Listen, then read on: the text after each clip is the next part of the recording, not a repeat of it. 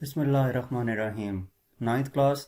आज की वीडियो में हम chapter 1 physical quantities and measurements के शॉर्ट क्वेश्चन सॉल्व करेंगे। फर्स्ट क्वेश्चन है, can a non physical quantity be measured? If yes then how? क्या नॉन फिजिकल क्वांटिटी को मेजर किया जा सकता है? अगर किया जा सकता है तो कैसे?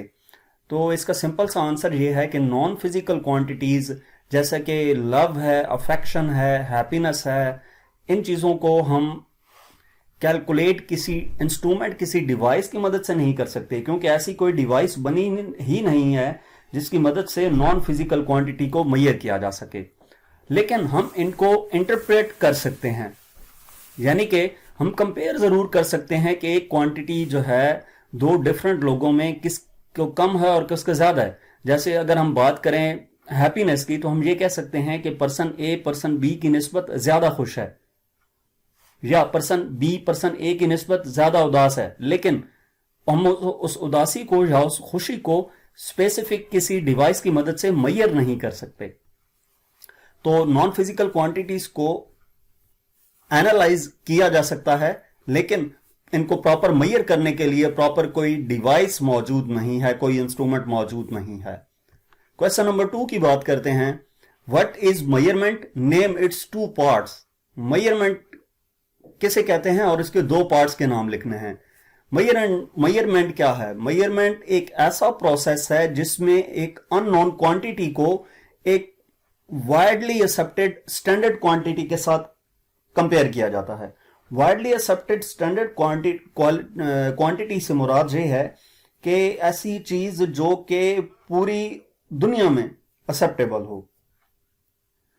जैसे कि हम बात करें, अगर हम दुकान पे कोई चीज लेने जाते हैं तो हम उसे कहते हैं कि 1 किलो दे दें, तो वो 1 किलो कैसे मेजर करता है कि आपको जो चीज दे रहा है वो किलो है। लेट्स सपोज हम चीनी लेते हैं और कहते हैं 1 किलो चीनी दे दें, तो वो कैसे इंश्योर होगा कि वो जो चीनी आपको मिल रही है वो 1 किलो है। अगर पहले बैलेंसेस की बात की जाए तो उसमें एक आपको पत्थर नजर आता होगा उनके पास जिसके ऊपर 1 kg लिखा होता है, और वो एक साइड पे 1 kg वाला वो पत्थर रखते थे और दूसरी साइड पे चीनी डालते थे। जब दोनों पैन जो हैं वो बैलेंस हो जाते थे तो उस टाइम कहते थे कि ये चीनी की क्वांटिटी 1 kg के इक्वल है। इसका मतलब ये था कि वो 1 kg जो है वो क्या है, 1 kg वाला स्टोन वो वाइडली एक्सेप्टेड स्टैंडर्ड क्वांटिटी है। वाइडली एक्सेप्टेड स्टैंडर्ड क्वांटिटी है, यानी कि उसको आप जहां भी ले जाएं उसकी इक्वल जो भी ऑब्जेक्ट हम मेजर करेंगे वो 1 kg होगा।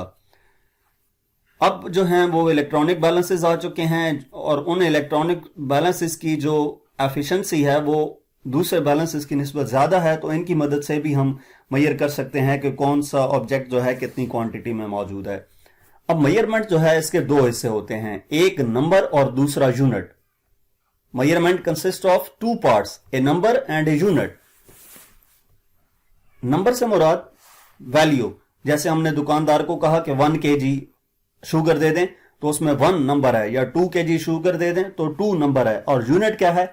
वो जो 7 kg कहा है, kg यानी कि किलोग्राम। 1 किलो चीनी दे दें तो किलोग्राम जो है वो क्या है, वो यूनिट है। किस चीज का यूनिट है? मैस का। तो किसी भी मेजरमेंट में के दो हिस्से होते हैं, एक नंबर और दूसरा उसका यूनिट। नेक्स्ट क्वेश्चन नंबर 3 की बात करते हैं। Why do we need a standard unit for measurements? किसी भी स्टैंडर्ड यूनिट की जरूरत क्यों पड़ती है मेजरमेंट के लिए? तो अगर पहले वक्तों की बात की जाए, जब स्टैंडर्ड यूनिट्स नहीं थे तो उस वक्त एक कोई भी ऑब्जेक्ट, कोई भी जो हमारे पास आइटम है वो एक कंट्री से अगर दूसरी कंट्री में दिया जाता था तो उस केस में क्या होता था, यूनिट डिफरेंट होने की वजह से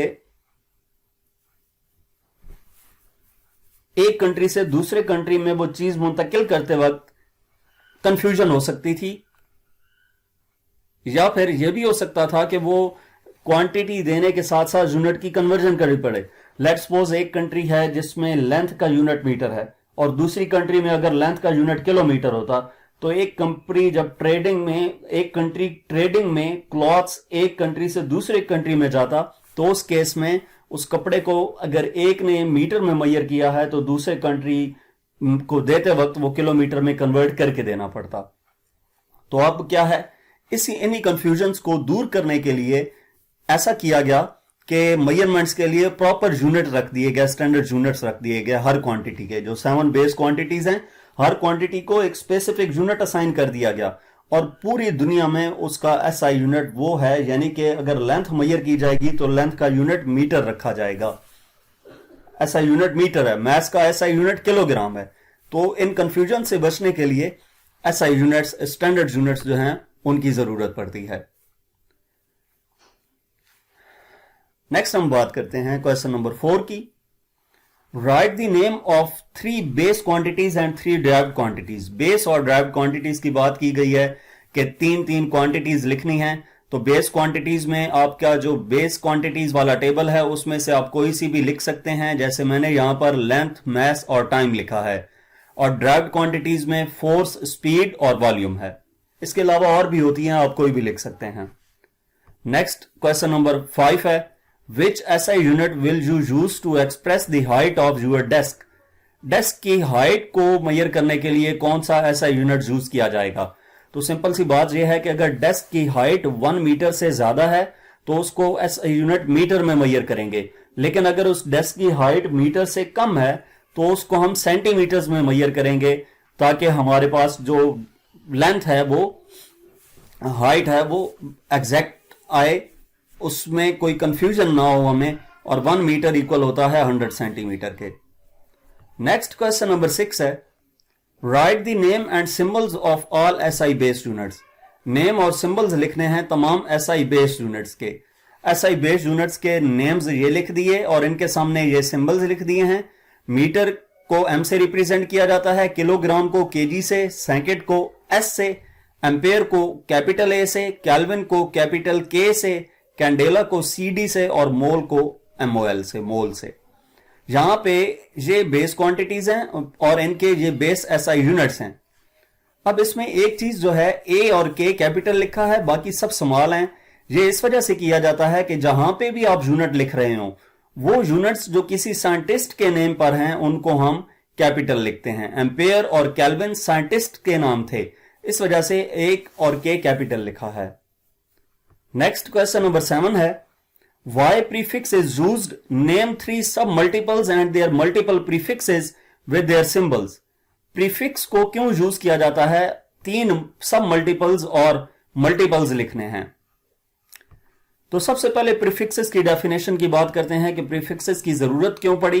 तो सिंपल बात यह है कि बहुत ज्यादा बड़ी वैल्यूज या बहुत ज्यादा छोटी वैल्यूज को एक स्टैंडर्ड फॉर्मेट में लिखने के बाद उसको एक स्पेसिफिक नाम दे दिया जाता है, उस नाम को हम प्रीफिक्स का नाम देते हैं। जैसे कि अगर हमारे पास एक वैल्यू है और वो आ रही है 10 की पावर 3 में, 10 की पावर 3 को का जो प्रीफिक्स है वो किलो है, जिसको के से लिखा जाता है, तो हम 10 पावर 3 लिखने की बजाय के लिख देंगे। 10 पावर 3 1000 के इक्वल है, तो बजाय इसके कि हम किसी जगह पर 1000 लिखें, उसकी जगह पे हम के लिख दें तो वो अंडरस्टूड होता है कि वो 1000 है। अब इसके सब मल्टीपल्स की बात की जाए तो सब मल्टीपल्स में क्या है, मिली, जिसका सिंबल एम है और ये इक्वल होता है 10 पावर -3 के। माइक्रो का सिंबल ये है और इसको 10 पावर -6 लिखते हैं। नैनो को स्मॉल एन से लिखते हैं और इसकी वैल्यू 10 पावर -9 होती है। इसी तरह मल्टीपल्स की बात की जाए तो प्रीफिक्स किलो को के से लिखते हैं और ये इक्वल होता है 10 पावर 3 के। मेगा कैपिटल एम, इसकी वैल्यू 10 पावर 6 होती है और गीगा जी है, ये इक्वल होता है 10 पावर 9 के। तो ये हमने प्रीफिक्सेस को क्यों यूज किया जाता है, उसके मल्टीपल्स और सब मल्टीपल्स लिख दिए। नेक्स्ट क्वेश्चन नंबर 8 है हमारे पास, what is meant by 5 pm, 15 ns, 6 micrometre and 5 fs। ये basically picometre, nanosecond, micrometre और फेम्टो सेकंड है। तो ये प्रीफिक्स हैं, पिको, नैनो, माइक्रो और फेम्टो, इनकी वैल्यूज हमने पुट करनी है। 5 पिकोमीटर, पिको इक्वल होता है 10 पावर -12 के, तो ये इक्वल आ जाएगा 5 × 10 पावर -12 मीटर। सिंपली जो प्रीफिक्स है उसकी वैल्यू आपने लिख देनी है। 15 × 10 पावर -9 सेकंड आ जाएगा, क्योंकि नैनो इक्वल होता है 10 पावर -9 के। माइक्रो की वैल्यू 10 पावर -6 होती है, तो ये इक्वल आ जाएगा 6 × 10 पावर -6 मीटर के। और फेम्टो की वैल्यू 10 पावर -15 होती है, तो 5 फेम्टो सेकंड आ जाएगा 5 × 10 पावर -15 सेकंड के। नेक्स्ट क्वेश्चन नंबर 9 है, for what purpose a vernier callipers is used, name its two main parts, how the least count found, what is meant by zero error. किस purpose के लिए vernier caliper इस्तेमाल किया जाता है, इसके दो मेन पार्ट्स के नाम लिखने हैं, लीस्ट काउंट कैसे फाउंड किया जा सकता है और जीरो एरर क्या होता है। तो सबसे पहले हम ये देखते हैं कि वर्नियर कैलिपर को किस पर्पस के लिए इस्तेमाल करते हैं। वर्नियर कैलिपर को स्मॉल ऑब्जेक्ट्स की लेंथ या डायामीटर फाइंड करने के लिए यूज किया जाता है। इसके अलावा हम इसको इंटरनल या एक्सटर्नल डायामीटर कैलकुलेट करने के लिए, किसी ऑब्जेक्ट की डेप्थ फाइंड करने के लिए भी इस्तेमाल कर सकते हैं। बी पार्ट है नेम इट्स टू पार्ट्स। तो वर्नियर कैलिपर के दो पार्ट्स, एक हमारे पास मेन स्केल है जो कि फिक्स होता है और दूसरा वर्नियर स्केल है, और वर्नियर स्केल जो है वो मेन स्केल के ऊपर मूव करता है। सी पार्ट में क्या पूछा गया था, how is least count found, least count को कैसे फाइंड किया जाता है। वर्नियर कैलिपर का जो लीस्ट काउंट है वो हम फार्मूले की मदद से फाइंड कर सकते हैं। फार्मूला हमारे पास लीस्ट काउंट का है smallest division on the main scale divided by number of divisions on the vernier scale. Least count का formula smallest division on main scale, number of divisions on the vernier scale. इस फार्मूले की मदद से हम vernier calliper का least count find कर सकते हैं। डी पार्ट में जीरो एरर के बारे में बताना है। तो जीरो एरर क्या है, जीरो एरर किसी भी डिवाइस में, स्पेशली यहां पे वर्नियर कैलिपर की बात की जाए तो वर्नियर कैलिपर के केस में जब वर्नियर कैलिपर के लोअर जाज या आउटर जाज जो हैं उनको क्लोज किया जाए, उनके दरमियान गैप खत्म किया जाए मूवेबल स्केल को मूव करवा के, तो उस केस में वर्नियर स्केल की जीरो वाली लाइन मेन स्केल की जीरो वाली लाइन के साथ कोइंसाइड करनी चाहिए, बिल्कुल बराबर आनी चाहिए। अगर ऐसा नहीं होता तो उस केस में जीरो एरर मौजूद होगा वर्नियर कैलिपर में। यानी कि जाज को क्लोज करने पे वर्नियर स्केल का जीरो लाइन मेन स्केल की जीरो लाइन के बराबर ना आए तो वर्नियर कैलिपर में जीरो एरर मौजूद होगा। अब वो जीरो एरर पॉजिटिव या नेगेटिव भी हो सकता है। इसके बाद नेक्स्ट हमारे पास क्वेश्चन नंबर 10 है, state the least count and vernier scale reading as shown in the figure and hence find the length. ये फिगर दी गई है आपको और इसमें यह कहा गया है कि लीस्ट काउंट क्या है और वर्नियर स्केल रीडिंग कितनी है वो बतानी है। तो हम इसमें क्या करते हैं, सबसे पहले लीस्ट काउंट की बात करते हैं। लीस्ट काउंट का फार्मूला हमारे पास होता है smallest division on main scale divided by number of divisions on the vernier scale. अब स्मॉलेस्ट डिवीजन मेन स्केल पे कितनी है, 0 1 2 3 4, ये जो है ये आपके पास सेंटीमीटर्स में रीडिंग्स गिवन है। तो 0 से 1 को मजीद 10 हिस्सों में डिवाइड किया गया है, यानी कि दो स्मॉल लाइंस के दरमियान गैप 1 मिलीमीटर का है। तो मेन स्केल रीडिंग हमारे पास 1 मिलीमीटर आ गई। ये 1 है ना, 1 डिवाइडेड बाय 10 तो 0.1 सेंटीमीटर आता है जो कि 1 मिलीमीटर के इक्वल होगा। तो 1 मिलीमीटर इसका लीस्ट का, इसका मेन स्केल रीडिंग आ गई। और number of divisions on the vernier scale कितनी है, ये 0 से लेकर 10 तक, यानी कि टोटल 10 हमारे पास डिविजन्स हैं। तो ये डिवाइड करेंगे 0.1 मिलीमीटर आ जाएगा, यानी कि इस डायग्राम का लीस्ट काउंट हमारे पास 0.1 मिलीमीटर है। क्वेश्चन के दूसरे हिस्से में कहा गया था कि find the length. Length calculate करने के लिए हमें क्या करना है, वर्नियर स्केल की रीडिंग कैलकुलेट करनी पड़ेगी जो इसके ऊपर है। और वो कैसे होगी, वर्नियर स्केल रीडिंग पहले हम देख लेते हैं कि वर्नियर स्केल रीडिंग कितनी है और उसके बाद हम इसकी लेंथ यानी कि फाइनल रीडिंग देखेंगे।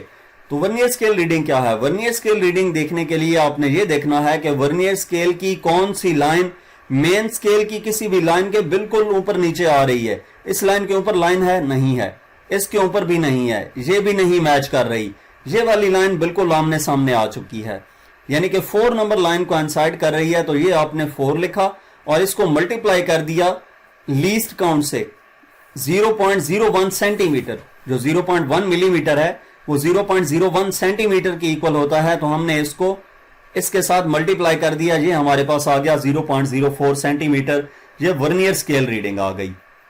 अब आप ये सोच रहे होंगे कि ऊपर लीस्ट काउंट 0.1 मिलीमीटर निकाला है, नीचे सेंटीमीटर की वैल्यू से मैयर कर दिया, ऐसा क्यों किया? तो ऐसा इसलिए किया कि मेन स्केल रीडिंग हमेशा सेंटीमीटर में मैयर की जाती है। जरूरी नहीं है, लेकिन नॉर्मली जो हम मैयर करते हैं वो सेंटीमीटर्स में लेते हैं। तो वो सेंटीमीटर में ले रहे हैं तो वर्नियर स्केल रीडिंग भी हमने सेंटीमीटर में लेनी है। उसके लिए जो डिवीजन कोइंसाइड कर रही थी, जो लाइन कोइंसाइड कर रही थी, उसको उस लीस्ट काउंट से मल्टीप्लाई करेंगे जो कि सेंटीमीटर में हो। ठीक है, तो 0.1 मिलीमीटर 0.01 सेंटीमीटर के इक्वल होता है। इससे मल्टीप्लाई किया वर्नियर स्केल डिवीजन को, तो ये हमारे पास 0.04 सेंटीमीटर आ गया। VSR से मुराद वर्नियर स्केल रीडिंग है, ये वर्नियर स्केल डिवीजन है, और LC लीस्ट काउंट है। इसके बाद इसकी लेंथ कैलकुलेट करनी थी, यानी कि फाइनल रीडिंग की बात करते हैं। फाइनल रीडिंग कैलकुलेट करने के लिए main scale reading plus vernier scale reading है, यानी कि मेन स्केल की रीडिंग को वर्नियर स्केल की रीडिंग में ऐड कर देना है। तो मेन स्केल रीडिंग क्या है? मेन स्केल रीडिंग देखने के लिए आपने ये देखना है कि वर्नियर स्केल की जीरो लाइन किस लाइन के बराबर आ चुकी है या उसको क्रॉस कर चुकी है। ये 2 है, 2.5, तो ये 2.6 है। इसका मतलब 2.6 है मेन स्केल रीडिंग, तो ये 2.6 centimetre plus vernier scale reading 0.04 centimetre थी।